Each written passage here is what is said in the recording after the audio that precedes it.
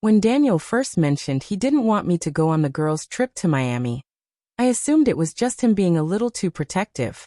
He said something about having a bad feeling, and that he'd prefer if I stayed home instead. I brushed it off, laughed, and told him it was nothing more than 4 days with my closest friends. No scandals, no wild drama, just a simple getaway. Still deep down I was annoyed. I'd been anticipating that trip for months, and there was no way I was going to let him ruin it for me.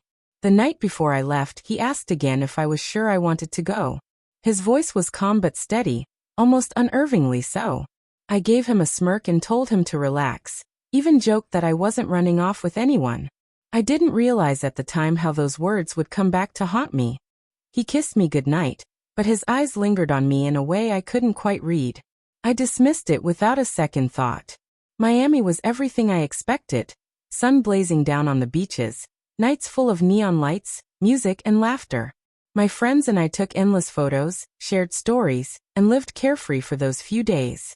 I barely checked in with Daniel, only sending him a handful of pictures here and there. His replies were short, but I assumed work had him tied up. I had no clue he was already planning something behind my back, while I was out enjoying myself. On the third night, we went to a rooftop club. While we danced and laughed, I noticed a man holding up his phone in our direction. I figured he was just recording the atmosphere. What I didn't know was that Daniel had hired a private investigator to shadow me the entire trip. That man was documenting everything. Every drink I held, every laugh with strangers, every casual touch, every smile. When I returned home, the atmosphere felt wrong. The house didn't feel like it was mine anymore. The silence was heavy, and I noticed right away that things were missing. His clothes were gone. A few pieces of furniture too. On the kitchen counter was a USB drive and a note that read, "Enjoy watching your vacation. It's the last one you'll have on my dime." My stomach knotted as I plugged the USB into my laptop. The screen filled with a slick, edited video. There I was, time-stamped and caught on camera. Dancing with a man's hand on my waist, smiling at strangers at the bar, laughing with people I'd just met.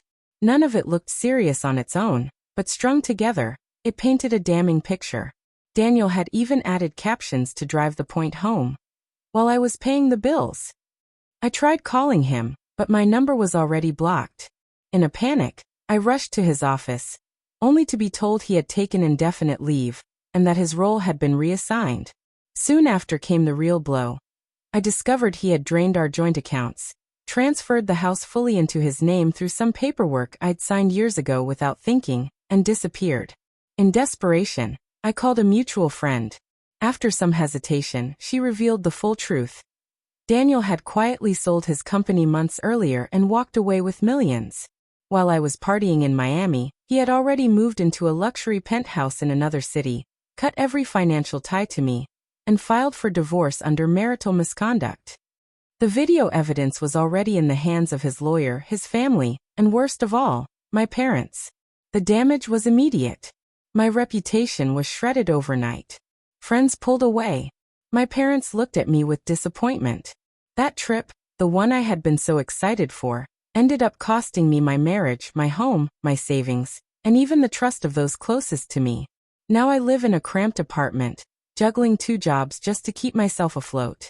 Every time I hear someone mention Miami or see a commercial for a beach getaway, a sharp pain twists in my chest.